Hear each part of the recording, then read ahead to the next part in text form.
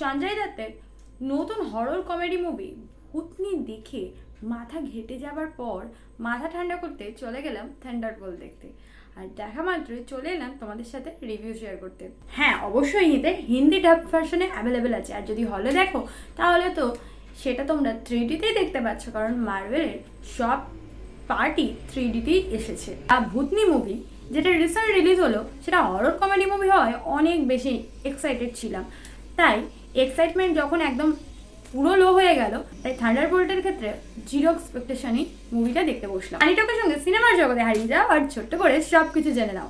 এই থান্ডারবোল্ট হচ্ছে MCUর 36 নম্বর মুভি, আর অন্যদিকে ফেজ 5-এর লাস্ট পার্ট।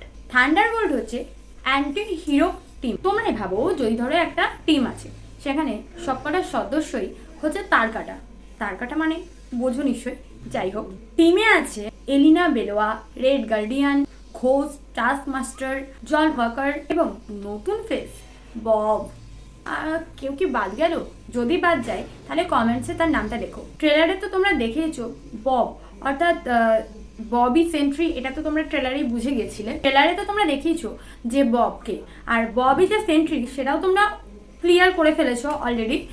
তো এই সেন্ট্রি কিভাবে হলো সেটা তো জানতেই হবে।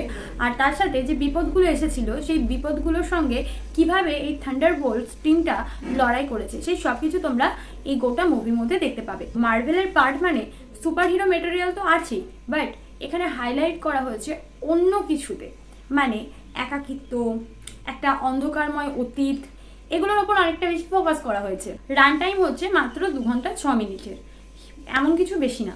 আর ওই যে বললাম অন্ধকারময় অতীত কিংবা একাকিত্ব, এই যে জায়গাগুলো হাইলাইট করা হয়েছে, এগুলো কিন্তু স্টোরি বিল্ড আপের ক্ষেত্রে কিংবা চরিত্রগুলো আমাদের সামনে সুন্দরভাবে প্রেজেন্ট করতে কিংবা কানেকশনের জন্য খুবই দরকার। সামতো নিউ ফেস বব চরিত্রটি তো আমাদের কাছে একটা সারপ্রাইজই। তাছাড়া বব মানে সেন্ট্রির পাওয়ার যখন আমাদের সামনে আসে, বাপরে বাপ, সেন্ট্রির পাওয়ার একদিকে আর বাকি সব কিছু একদিকে।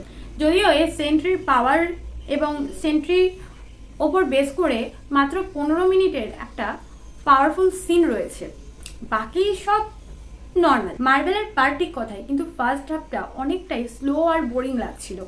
তবে যখন দেখতে বসেছো শেষ পর্যন্ত একটু ধৈর্য ধরে অপেক্ষা করবে, কারণ শেষে আছে অনেকগুলো টুইস্ট। কি নেক্সট মুভি সম্পর্কেও আপডেট তোমরা পাবে শেষেই।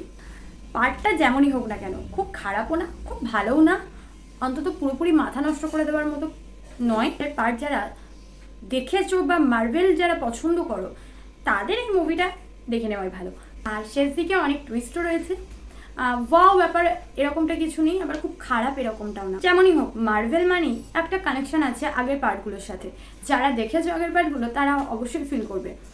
তো তোমাদের কেমন লেগেছে সেটা জানাতে ভুলো না। সানি টকের সঙ্গে সিনেমার বকবক হয়েছে শেষ, আবার আছি নতুন মুভি নিয়ে। তোমরা সবসময় থাকো ফ্রেশ। যাওয়ার আগে সাবস্ক্রাইব করতে ভুলো না।